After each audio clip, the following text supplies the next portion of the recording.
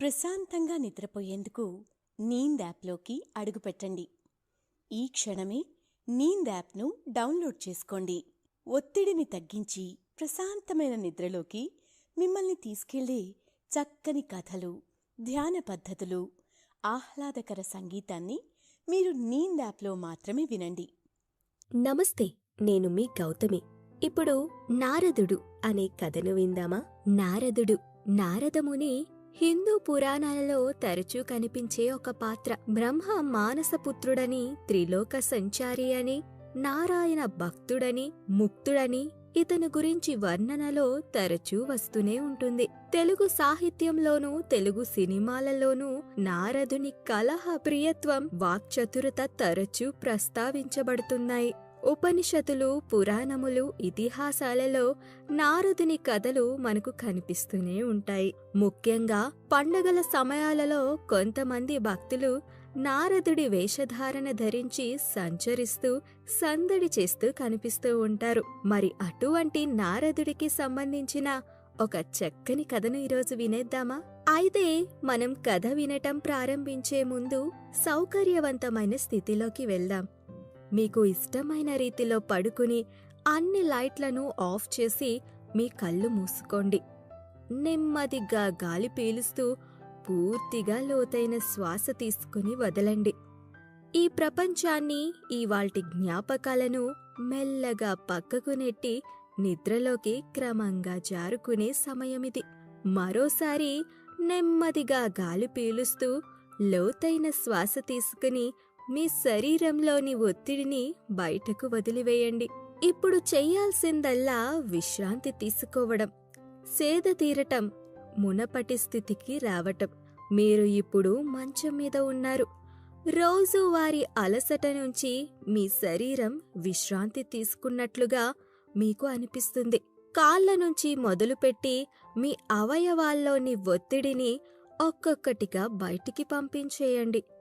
మీకోసం అవన్నీ రోజంతా చాలా కష్టపడ్డాయి కాబట్టి వాటికి విశ్రాంతి తీసుకునే అర్హత ఉంది. ముందుగా మీ పాదాల్లో మొదలైన విశ్రాంతి అనుభూతి క్రమంగా మీ మోకాళ్ళ క్రింది భాగానికి చేరుతుంది.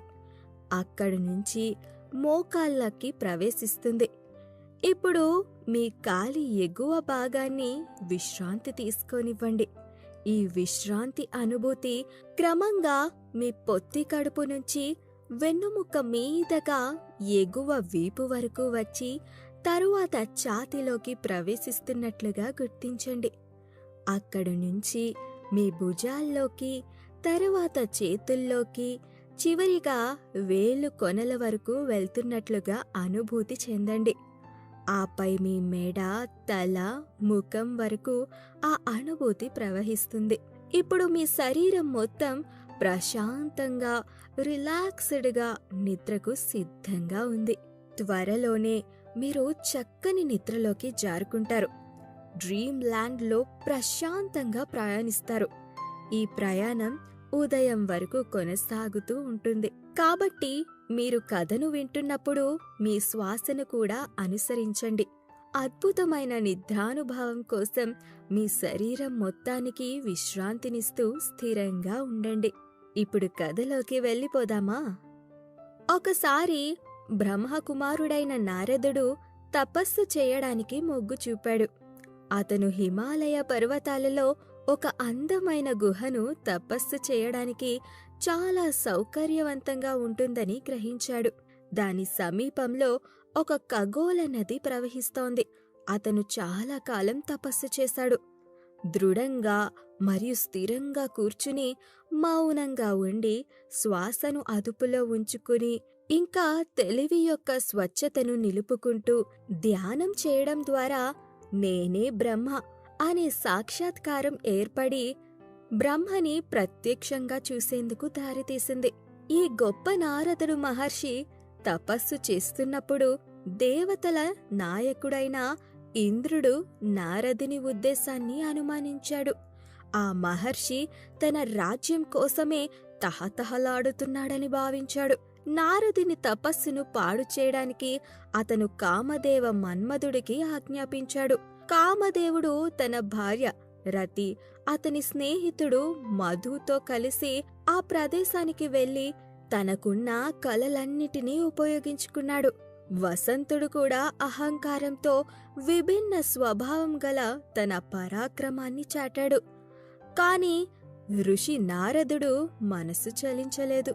అసలు ఎటువంటి భంగపాటు కలగలేదు. నారదుని మనస్సు చలించలేదు. కారణమేమిటంటే నారదుడు తపస్సు చేస్తున్న ప్రదేశం శివుడు గొప్ప తపస్సు చేసిన ప్రదేశం. మరి తపస్సును భంగం కలిగించే వారిని ఊరికే వదిలిపెడతాడా? ఆ శివుడు ఋషుల తపస్సును పాడు చేసే కామదేవుణ్ణి శివుడు బూడిదగా మార్చేశాడు. అది చూసిన రతి కామదేవుడికి పునర్జన్మాన్ని కోరుకుంది. దేవతలను అభ్యర్థించింది. ఇదంతా జరిగిన తరువాత దేవతలు మొత్తం ప్రపంచానికి శ్రేయోభిలాషి అయిన శివునికి విజ్ఞప్తి చేశారట. కొంతకాలం తరువాత కామదేవుడు మళ్లీ జీవిస్తాడు. కాని అతని పన్నాగాలు ప్రణాళికలు ఏవీ ఇక్కడ ఫలించవు. ఈ కారణంగానే కామదేవుడి పన్నాగాలు నారదుడిపై ప్రభాలంగా లేవు. కామదేవుడు ఇంద్రుని వద్దకు వెళ్లి తన వైఫల్యాన్ని అతనికి వివరించాడు. ఇంద్రుడు అసలు వాస్తవాలు తెలియక చాలా ఆశ్చర్యపోయాడు. అంతేకాకుండా అతను నారదుణ్ణి మెచ్చుకున్నాడు కూడా. తన తపస్సు పూర్తయిందని తెలుసుకున్న నారదుడు తపస్సు ముగించాడు. తాను కామదేవుణ్ణి జయించినట్లు తలుచుకుంటూ గర్వంతో నిండిపోయాడు. ఎందుకంటే అక్కడ జరిగింది మొత్తం శివుని ఆజ్ఞతో జరిగింది. కాని ఆ మైకంలోనే ఉన్నాడు మన నారదుడు. అతను నిజానికి జ్ఞానం లేనివాడు. శివుని మాయతో భ్రమపడ్డాడు. కేవలం తాను చేసిన తపస్సు వల్లే కామదేవుడు భయపడిపోయాడు అని తలుచుకుంటాడు. నారదుడు కైలాసానికి వెళ్లి స్వదేశానికి వెళ్తాడు. రుద్రుడికి నమస్కరిస్తూ అహంకారంతో తను కామదేవుణ్ణి జయించడం గురించి చెబుతాడు. అది విన్న శివుడు నారదునికి ఇలా సలహా ఇచ్చాడు. నీవు ధన్యుడివి. అయితే మరెక్కడ, ముఖ్యంగా విష్ణువి సమక్షంలో మాత్రం ఇలా మాట్లాడుకు సుమి అని చెప్పసాగాడు. కాని ఇప్పటికీ శివుని మాయా ప్రభావంలో ఉన్న నారదుడు అతని సలహా తీసుకోలేదు. అప్పుడు ఆ ఋషి నారదుడు బ్రహ్మలోకానికి వెళ్తాడు. బ్రహ్మకు నమస్కరించి అతను తన తపస్సు ఫలితంగా కామదేవుడిపై విజయం గురించి చెబుతాడు. అది విన్న బ్రహ్మ శివుని పాదాలపై నారదుడి ఋషి తపస్సు చేసిన కారణంగానే ఇలా జరిగిందని తెలుసుకుంటాడు. అప్పుడు అతను తన కొడుకు నారదుడి మీద మండిపడి నారదుడు చెప్పిన మాటలను పక్కన పెడతాడు. బ్రహ్మ కూడా నారదుడికి తన వంతు సలహాలు ఇవ్వడం చేసినప్పటికీ నారదుడు ఇంకా బ్రహ్మ సలహా తీసుకోడానికి సిద్ధంగా లేడు. ఎందుకంటే ఇప్పుడు శివుని మాయలో ఉండి నారదుడు తానే గెలిచానని భ్రమలో ఉన్నాడు.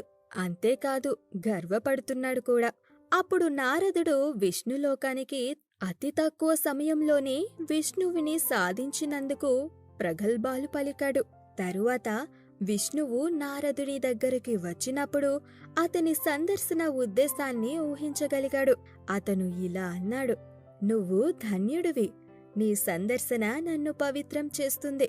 నువ్వు ఎక్కడ్నుంచి వచ్చావో, ఎందుకు వచ్చావో నేను తెలుసుకోవచ్చా? విష్ణువు యొక్క ఈ మాటలు విన్న నారద మహర్షి ఉప్పొంగిపోయాడు. అతను తన కథను అదే అహంకారంతో చెప్పుకొచ్చాడు. నారద మహర్షి అహంకారపూరితమైన మాటలు విన్న విష్ణువు శివుని కమలం లాంటి పాదాలను స్మరించాడు. అంతేకాకుండా అసలు కారణం అర్థం చేసుకున్నాడు. అప్పుడు విష్ణువు కావాలని నారదుడి వైపు చూస్తూ, నువ్వు నిజంగా చాలా గొప్పవాడివి. బ్రహ్మచార్యం కోసం నువ్వు చేసిన తపస్సు అమోఘం. నీ వంటివాడు ఈ లోకంలో ఒక్కడునూ లేడు. నిజంగానే తెలివితేటలు అమోఘం. నువ్వు నిజంగా అందరికీ స్ఫూర్తిదాయకం. అసలు నీవు కామదేవుణ్ణి ఇప్పుడే కాదు, ఎప్పుడో ఓడించి ఉండేవాడివి. అంత గొప్ప సాహసాలు, అంత ధైర్య పరాక్రమాలు నీలో కనిపిస్తూనే ఉన్నాయి అంటూ నారదుడిని ఎన్నో రకాలుగా పొగడ్తలతో ముంచెత్తుతాడు విష్ణు. ఇలాంటి మాటలు విన్న నారదుడు తనలో తాను నవ్వుకున్నాడు. కాని విష్ణువుతో వినయంగా మాట్లాడాడు.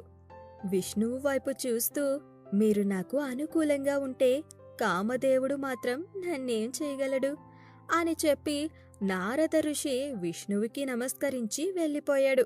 అయితే ఒకవైపు నారదుడికి అనుకూలంగానే మాట్లాడుతున్నప్పటికీ నారదుడికి కనువిప్పు కలిగించాలని, తన ద్వారా కామదేవుడు ఓడిపోయాడు అనే భ్రమలో ఉండి ధైర్య పరాక్రమాలలో తన వంటివాడు లేడు అని అహంకారంతో ఎవరి మాటలను సలహాలను అంగీకరించని నారదుడి కోసం విష్ణువు ఒక ప్రణాళిక వేస్తాడు. నారదుడు తన దారిలో వెళ్లే సమయంలో విష్ణువు తన మాయతో ఒక పెద్ద అద్భుతమైన నగరాన్ని సృష్టించాడు. అది నిజంగా స్వర్గం కంటే చాలా అందంగా ఉండే నగరం. ఆ నగరంలో ధనవంతుడు మరియు సంపన్నుడైన శిలనిధి అనే రాజు తన కుమార్తె కోసం అదే సమయంలో స్వయంవరం అని బ్రహ్మాండమైన వేడుకను చేసేందుకు సిద్ధపడతాడు. యువరాణిని దక్కించుకునేందుకు నలుమూలల నుంచి ఎన్నో ప్రాంతాల నుండి తెలివైన రాజకుమారులు ఎంతో మంది రావడం జరిగింది. అటువంటి అందమైన నగరాన్ని చూసిన నారదుడు మంత్రముగ్ధుడైపోయాడు. అతని కళ్ళను నమ్మలేకపోయాడు. నారద మహర్షి ఆత్రంగా రాజుగారు ఉండే భవంతి గుమ్మం దగ్గరకు వెళ్తాడు. మహర్షి రాజభవనానికి వెళ్లిన తరువాత అసలు ఊహించని విధంగా రాజు శిలనిధి అతనిని ఆరాధించి అద్భుతమైన సింహాసనంపై ఆసనం ఇచ్చాడు. అతను తన కుమార్తె అదేవిధంగా ఆయన భార్యను పిలిపించి నారదుని పాదాల వద్ద మోకరిల్లమని కోరాడు. ఆ రాజుగారు నారదునితో ఇలా చెప్పాడు. నారద మహర్షి, మా కుమార్తెకు వివాహ వయసు వచ్చింది. ఆమె అర్హత కలిగిన వరుడి కోసం వెతుకుతోంది. ఆమె భవిష్యవాణిని చెప్పండి అంటూ ఋషిని కోరాడు రాజుగారు. ఆ సమయానికి నారదుడు తన బ్రహ్మచార్యాన్ని పక్కన పెట్టి రాజకుమారి మీద మనసు పారేసుకున్నాడు. పాపం ఆమెను కోరుకున్నాడు. మనసులో ఒక ప్రణాళిక వేసుకుని రాజుగారితో ఇలా అంటాడు. మీ కుమార్తె అన్ని గుణాలను కలిగి ఉంది. ఆమె కాబోయే భర్త ఖచ్చితంగా ఒక అద్భుతమైన దేవుడు, అందరికీ ప్రభువు. ప్రశాంతంగా నిద్రపోయేందుకు నీంద్ యాప్లోకి అడుగుపెట్టండి. ఈ క్షణమే నీంద్ యాప్ను డౌన్లోడ్ చేసుకోండి. ఒత్తిడిని తగ్గించి ప్రశాంతమైన నిద్రలోకి మిమ్మల్ని తీసుకెళ్లే చక్కని కథలు, ధ్యాన పద్ధతులు, ఆహ్లాదకర సంగీతాన్ని మీరు నీంద్ యాప్లో మాత్రమే వినండి. అజేయుడు వీరుడు, శివునితో సమానంగా మరియు కామదేవునితో పోటీపడే మనిషి. ఇలా చెప్పి నారదుడు రాజు దగ్గర సెలవు తీసుకున్నాడు. ప్రేమ కారణంగా సతమతమవుతున్న నారదుడు యువరాణిని ఆకర్షించడానికి విష్ణువు యొక్క రూపాన్ని పొందాలని మనస్సులోనే తలచి ఎలాగోలా విష్ణులోకానికి వెళ్తాడు. అతను ఏదీ దాచుకోకుండా తన వ్యవహారాన్ని విష్ణుకి వివరించాడు. అద్భుతమైన రూపంతో ఉండాలని అతను దయను అభ్యర్థించాడు. అన్ని విషయాలు తెలిసిన విష్ణువు నారదుడి ఆలోచనను పసిగట్టాడు. విష్ణువు ఋషి చెప్పిన ఈ మాటలు విని ఋషికి తనలాంటి రూపం హరిముఖాన్ని అనుగ్రహించాడు. హరి అంటే నిజానికి కోతిన పోలిన ముఖం. గొప్ప నారద మహర్షి యువరాణి కోసం స్వయంవరాన్ని నిర్వహిస్తున్న ప్రదేశానికి, రాజకుమారులు సమావేశమైన ప్రదేశానికి త్వరగా వెళ్తాడు. అతని మనస్సు ప్రేమతో ఉప్పొంగిపోవడంతో నేను విష్ణువి రూపంలో ఉన్నందున ఆమె నన్ను మాత్రమే ఎన్నుకుంటుంది అని ఆలోచించడం ప్రారంభించాడు. పాపం ఋషి తన ముఖం కోతిన పోలి ఉందని తెలుసుకోలేకపోయాడు. అయితే సమావేశంలో కూర్చుని ఉన్న నారద ఋషిని చూసి మూర్ఖుడిగా భావించి రుద్రిని పరిచారకులు ఇద్దరు ఋషి దగ్గర కూర్చుని అతనిని వెక్కిరించడం ప్రారంభించాడు. ప్రేమలో ఉన్న నారద మహర్షి వారి గుసగుసలను పట్టించుకోలేదు. అతను యువరాణి వైపు చూస్తూ ఆమెను పొందాలని ఆతృతగా ఉన్నాడు. ఇంతలో యువరాణి బయటికి వచ్చి తగిన వరుణ్ణి వెతుకుతూ తన చేతుల్లో ఉన్న దండతో ఏర్పాటు చేసిన భవంతిలో చుట్టూ తిరుగుతోంది. కోతిముఖం విష్ణుమూర్తి శరీరంలో ఉన్న ఋషిని చూసి ఆమె కోపగించుకుంది. తనకు నచ్చిన పెళ్లికొడుకు దొరక్కపోవడంతో మరోవైపు యువరాణి దిగులు చెందింది. ఆమె ఎవరు మెడలోని దండ వేయలేదు. ఇంతలో విష్ణువు రాజు వేషంలో అక్కడికి వచ్చాడు. అతను ఎవరికీ కనిపించలేదు. యువరాణి మాత్రమే అతన్ని చూసింది. అప్పుడు విష్ణువును చూడగానే ఆమె మనస్సు పారేసుకుని అతని మెడలో మాల వేసింది. ప్రేమలో పీకల్లోతు మునిగిపోయిన నారద మహర్షి మితిమీరిన ఉద్రేకానికి లోనయ్యాడు. నారదుడి పక్కన కూర్చున్న పరిచారకులు నారదుడి వైపు చూస్తూ ఇలా అన్నారు: ప్రేమలో భ్రమపడి ఆమెను పొందాలని ఎంతో కోరుకున్నట్లున్నావు పాపం. నీ ప్రయత్నం ఫలించలేదు సుమి. చూడు, నీ మొహం కోతి మొహంలో ఎంతో హాస్యాస్పదంగా ఉంది తెలుసా అని వారి మాటలు విన్న నారదుడు ఆశ్చర్యపోయాడు. నారద మహర్షి అనుమానంతో అద్దంలో చూసుకున్నాడు. కోతి ముఖంలా ఉన్న అతని ముఖాన్ని చూడగానే కోపం తెచ్చుకున్నాడు. భ్రమపడిన మహర్షి తనని హేళన చేసిన ఇద్దరి పరిచారకులను శపించాడు. నారదుడు వెంటనే వాళ్ళ వైపు చూస్తూ, మీరు నన్ను ఎగతాళి చేసినందుకు మీరు వికారమైన రూపంలో జన్మించిన రాక్షసులవుతారు అని పరిచారకులను శపించాడు. తరువాత విష్ణులోకానికి వెళ్తాడు నారద మహర్షి. నారదుడు విష్ణువుతో ఇలా అన్నాడు: నువ్వు ఒక స్త్రీ విషయంలో నన్ను నిజంగా బాధపెట్టావు. ఓ హరి, నీ మోసపూరిత వ్యూహాలతో ఎన్నో ప్రణాళికలు వేశావు. నీవు అనుకరించిన మానవ రూపంలో నీవు దుఃఖాన్ని అనుభవిస్తావు. నువ్వు ఎవరు ముఖాలను నాకు కేటాయించావో వారినే మీ మిత్రులుగా పొందుతావు. మీరు స్త్రీ నుండి విడిపోయే దుస్థితిని పొందుతారు. అజ్ఞానంచే భ్రమపడిన మానవుని కష్టాలను మీరు అనుభవిస్తారు. అలా అజ్ఞానంతో భ్రమపడిన నారదుడు హరిని శపించాడు. విష్ణువు సాంబుని మాయను స్తుతిస్తూ శాపాన్ని నిశ్శబ్దంగా అంగీకరించాడు. ఆ తరువాత శివుడు తన మంత్రముగ్ధులను చేసే మాయను ఉపసంహరించుకున్నాడు. ఆ తరువాత నారదుడు మునుపటిలాగే జ్ఞానవంతుడయ్యాడు. మాయ నుండి విముక్తి పొందాడు. అయితే శివుని మాయ పూర్తిగా కనుమరుగైన తరువాత మునపటిలాగే నారద మహర్షి తెలివైనవాడయ్యాడు. పరిపూర్ణ జ్ఞానాన్ని తిరిగి పొందాడు. బాధ నుండి విముక్తి పొందాడు. అతనికి ఏం జరిగిందో ఆశ్చర్యంగా అనిపిస్తుంది.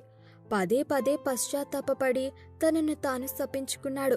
భ్రాంతి వల్ల తన తప్పులు తెలుసుకున్న నారదుడు, విష్ణు భక్తులలో శ్రేష్ఠుడైన నారదుడు అతని పాదాలపై పడ్డాడు. అతను ఇలా అన్నాడు: ఓ ప్రభు, నేను నీపై శాపనార్థాలు పెట్టాను. ఓ దేవా, దయచేసి వాటిని అసమర్థంగా చెయ్యండి. నేను మహాపాపం చేశాను. ఖచ్చితంగా నేను నరకంలో పడతాను అంటూ నమస్కారాలు చేశాడు నారద మహర్షి. అయితే అన్నీ తెలిసిన విష్ణువు ఇలా అన్నాడు: నీ అహంకారానికి భ్రమపడి శివుని ఆజ్ఞను ధిక్కరించావు. క్రియల ప్రకారం నిజమైన ఫలాలను ఇచ్చేవాడు అతను మీకు ఈ ఫలితాన్ని ఇచ్చాడు. అంతా శివుని కోరిక మేరకు జరిగింది. అతను అహంకారాన్ని తొలగిస్తాడు. అతను సర్వోన్నతమైన బ్రహ్మణుడు, అత్యున్నతమైన ఆత్మ, ఉనికి, జ్ఞానం మరియు ఆనందం కలిగించే మహాత్ముడు. అతనిలో సగుణ మరియు నిర్గుణ రెండూ ఉన్నాయి. అతను స్వయంగా తన సొంత మాయను పొందడం ద్వారా బ్రహ్మ, విష్ణు, మహేశ్వరులు అనే 3 రూపాలలో వ్యక్తమవుతాడు. మాయ నుండి భిన్నంగా శివుని రూపంలో ఉన్న స్వచ్ఛమైన విశ్వసాక్షి. అతని ఇష్టానుసారం తిరుగుతూ దైవిక క్రీడలలో మునిగి తన భక్తులను ఆశీర్వదిస్తూ ఉంటాడు. ఓ నారద మహర్షి, దయచేసి సంతోషాన్ని ప్రసాదించే, సర్వ పాపాలను తొలగించి ప్రాపంచిక సుఖాలను మరియు మోక్షాన్ని అందించే ఓ మంచి పరిహారాన్ని వినండి. మీ సందేహాలన్నిటినీ నివృత్తి చెయ్యండి. శివుని గొప్ప మహిమ పాటలను పాడండి. మీ మనస్సు మరేదైనా వైపు మళ్ళకుండా ఎల్లప్పుడూ శివుని శతనామాలను మరియు అతని స్తోత్రాలను పునరావృతం చెయ్యండి. అతని జపం ద్వారా మీ పాపాలన్నీ తక్షణమే నశిస్తాయి. ఓ నారద మహర్షి, శివుని ఆరాధనను నిర్వహించండి. ఆయనను ఎల్లప్పుడూ పూజించండి. ఆయన మహిమను వినండి మరియు పాడండి. నిత్యం ఆయనకు నివాళులు అర్పించండి. తన శరీరం, మనస్సు మరియు వాక్కు ద్వారా శివుడిని చేరుకునేవాడు గొప్ప పండితుడవుతాడు. అతన్ని సజీవ విముక్తి పొందిన ఆత్మ అంటారు. ప్రాపంచిక అస్తిత్వానికి మూలమైన పాపాలు శివనామ గొడ్డలి ద్వారా ఖచ్చితంగా నశిస్తాయి. శివుని పట్ల ప్రత్యేకమైన మరియు అచంచలమైన భక్తి ఉన్న వ్యక్తికి మాత్రమే మోక్షం సులభంగా ప్రాప్తిస్తుందని నా నమ్మకం. ఆయనకు నమస్కరించి స్తుతించిన తరువాత మీరు అన్ని సందేహాల నుండి విముక్తులవుతారు. ఆ తరువాత మీ కోరికలను నెరవేర్చుకోవడానికి బ్రహ్మలోకానికి తిరిగి వెళ్ళండి. మీ తండ్రి బ్రహ్మకు నమస్కరించి ప్రత్యేకంగా స్తుతించిన తరువాత మీరు మనోహరమైన మనస్సుతో శివుని గొప్పతనాన్ని గురించి విషయాలు అడగాలి.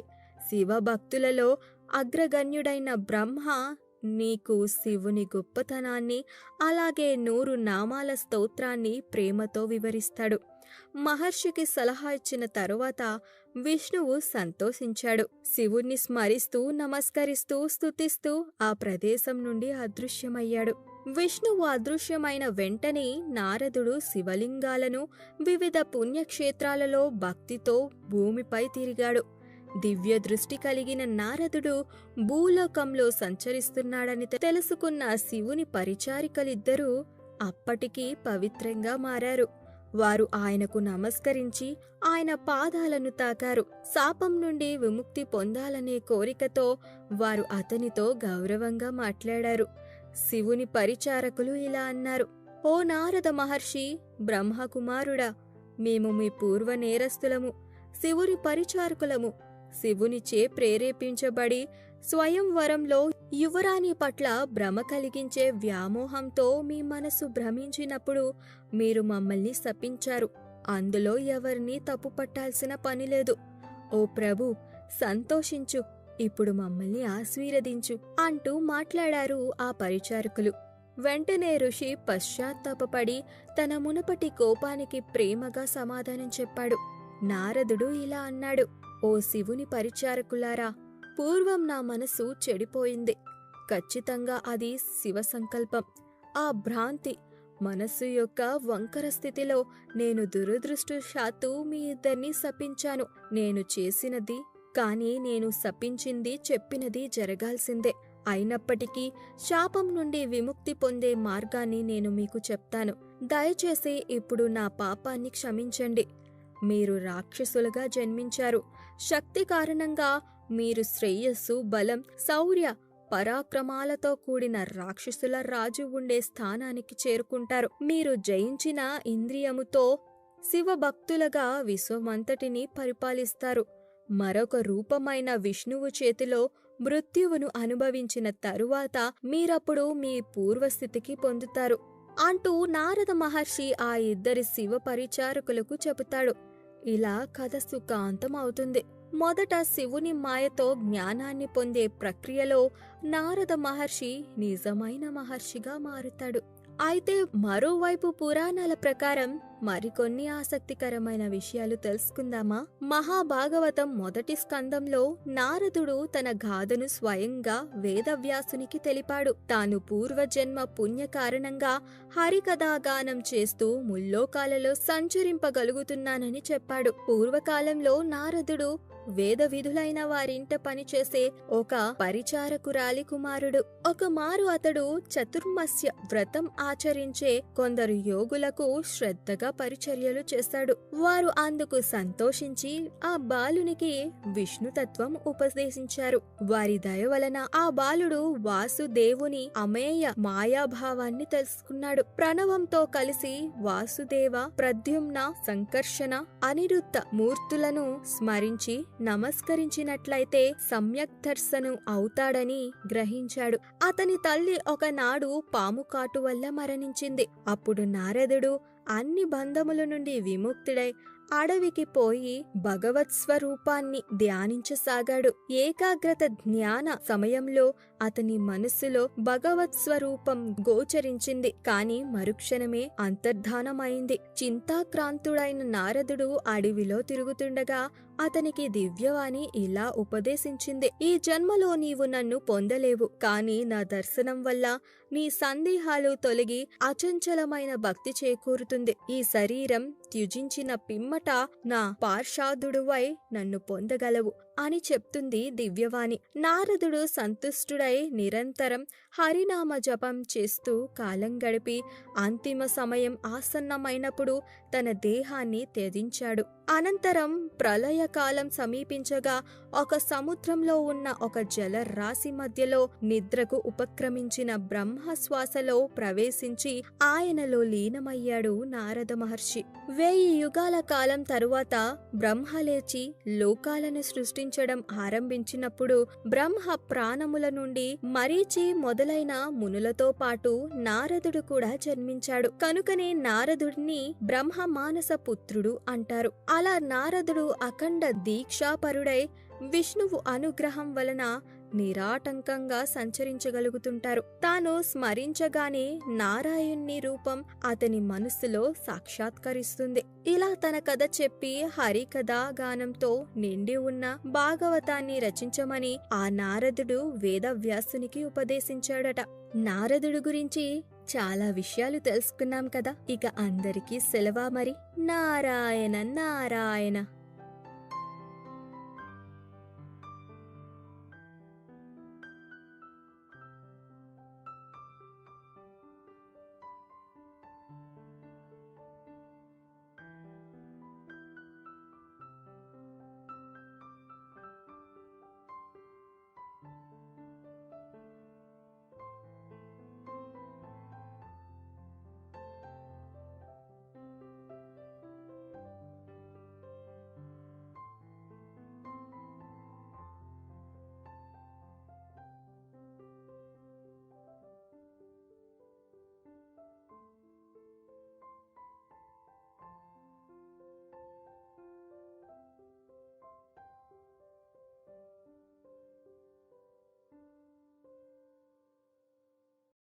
ప్రశాంతంగా నిద్రపోయేందుకు నీంద్ యాప్లోకి అడుగుపెట్టండి.